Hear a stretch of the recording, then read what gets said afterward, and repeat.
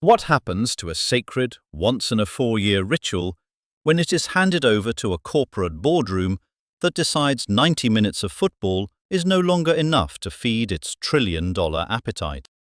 Inside a climate-controlled briefing room in Zurich, Switzerland, the air is dead silent, save for the low rhythmic hum of high-end servers tracking live global media rights valuations.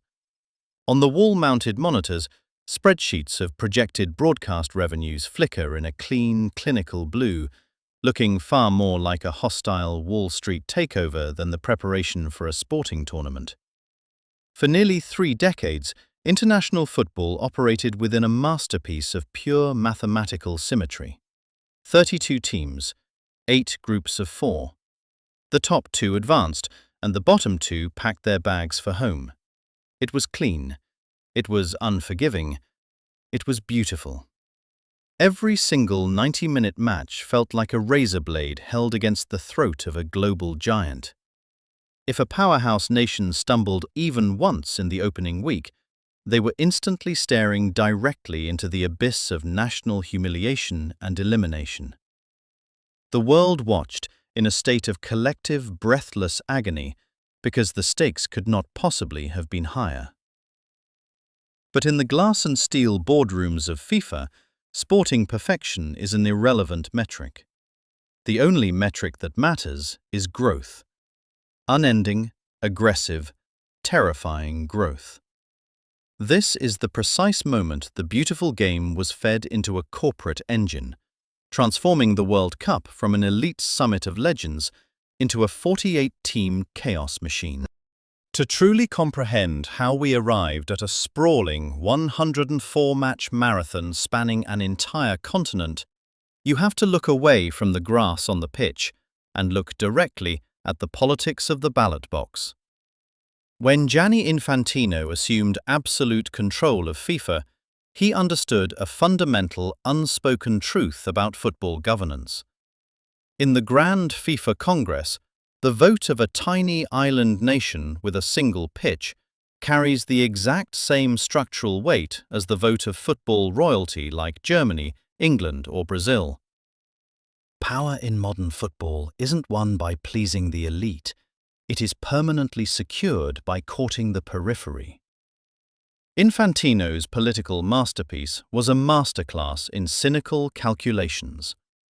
He travelled to the regions historically left out of the World Cup feast, across the vast expanses of Africa, Asia, and the smaller federations of North America, and handed them an intoxicating promise. More slots on the grand stage, more global visibility, millions of dollars in direct infrastructure funding. On public television screens, the shiny corporate slogan read, "Making football truly global." But behind the altruistic theatre, a political trap was being set.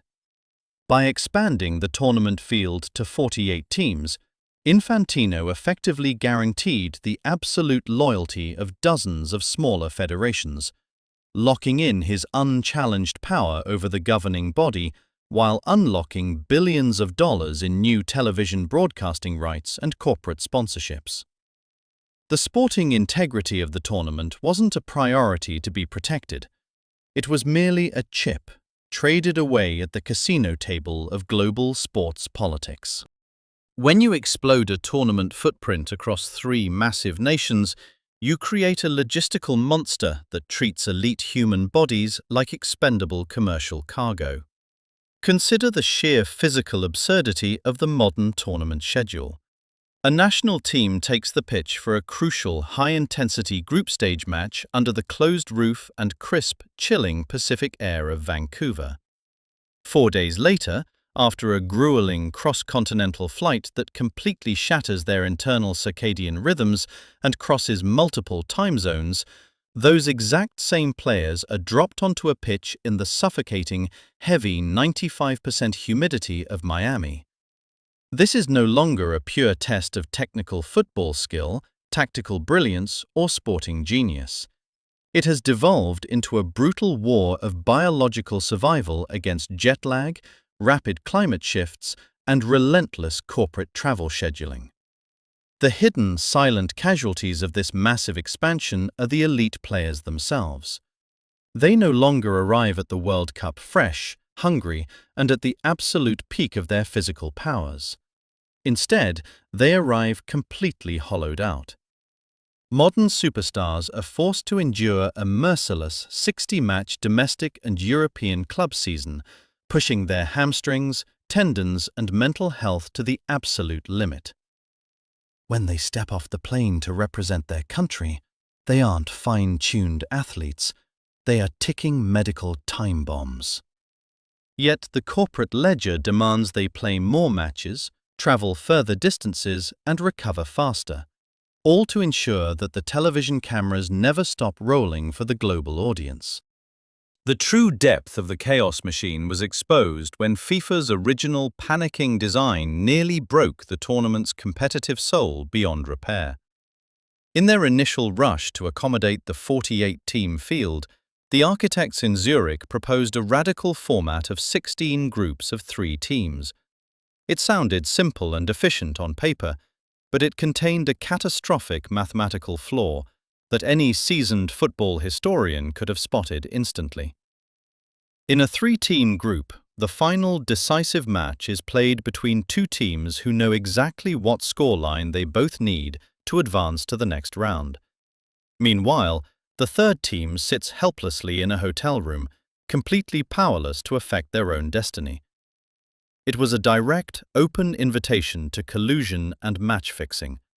It threatened to revive the dark ghost of 1982, the infamous disgrace of Gijón, where West Germany and Austria notoriously played out a tepid, mutually beneficial 1-0 win to deliberately eliminate a heroic Algeria. Behind closed doors in Zurich, sheer panic set in. Independent data analysts presented grim simulations warning FIFA executives that a 3-team structure would completely destroy the sporting credibility of the World Cup, turning group stages into a farce of calculated draws. At the very last minute, buckling under the weight of their own creation, FIFA panicked. They abandoned the 3-team model and frantically reverted to groups of 4. But the mathematical damage was already done. By keeping 4-team groups across a 48-team field, the tournament layout ballooned into a monolithic 12 groups, creating a staggering total of 104 matches. To filter out the massive bloat they created, they had to introduce a convoluted knockout system where even mediocre third-placed teams crawl into a newly invented round of 32. The immediate, high-stakes jeopardy that once defined the World Cup was instantly diluted into corporate white noise. As the final matches approach at MetLife Stadium in New York, the corporate ledger balances exactly how the executives intended. The stadiums are packed to the rafters, the broadcast rights have brought in record-breaking billions, and the corporate hospitality suites are overflowing with luxury champagne. From a purely commercial standpoint, the 48-team expansion is an unqualified, monumental triumph. But as the flashing stadium lights reflect off the gold of the trophy, we are left to confront the true cost of this financial dominance. When you make everything special, nothing is. When the World Cup becomes a massive, exhausting festival of survival where sub-elite teams clog the schedule and exhausted superstars limp through the knockout rounds, the magic begins to evaporate. The tournament that used to stop the world, that used to make time stand still for a single month, now threatens to simply blend into the endless background noise of modern sports entertainment. FIFA's 48-team chaos machine proved that you can build the biggest stage the world has ever seen. You can generate wealth beyond the dreams of avarice. But in the relentless chase for an absolute global monopoly, you risk turning the beautiful game into just another piece of high-volume, disposable content.